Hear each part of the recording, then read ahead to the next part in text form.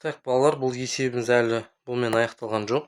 Бізде есепте көбінесе ұбт-да келген кезде мынау сан градуспен емес, радианмен беріледі. Радианды енді мен сендерге градусқа айналдыру үшін біз 9 сыныпта өттік. Мысал үшін 60 градусты радианға айналдыру үшін мен не істеймін? Мен 60 градусты көбейтемін пи бөлінген 180 градусқа. Так, мына екеуі қысқарады. 60 градусқа мынау 1 болады, мына жерде 3 болады. Тең 3 ойбай. Тең пи бөлінген 3 деген нәрсеге айналады. 60 градус дегеніміз. Енді тура сол сияқты мен 225 градусты және 315 градусты радианға айналдырайын. Бірінші жағдай. Бірінші.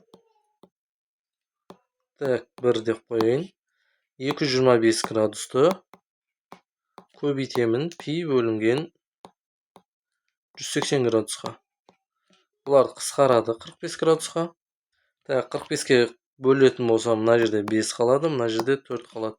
Тең жауабы 5 пи бөлінген 4 шығады екен. Так, енді екінші 315 градусты айналдыру үшін мен 315 градусты көбейтеді екен пи бөлінген 180-ге. Так, қысқартамын тоже 45-ке. 4 қалады, мынау 7 қалады. Яғни 7 пи бөлінген 4 шығады.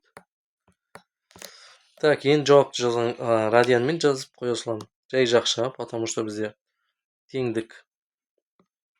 Так, 5 пи бөлінген 4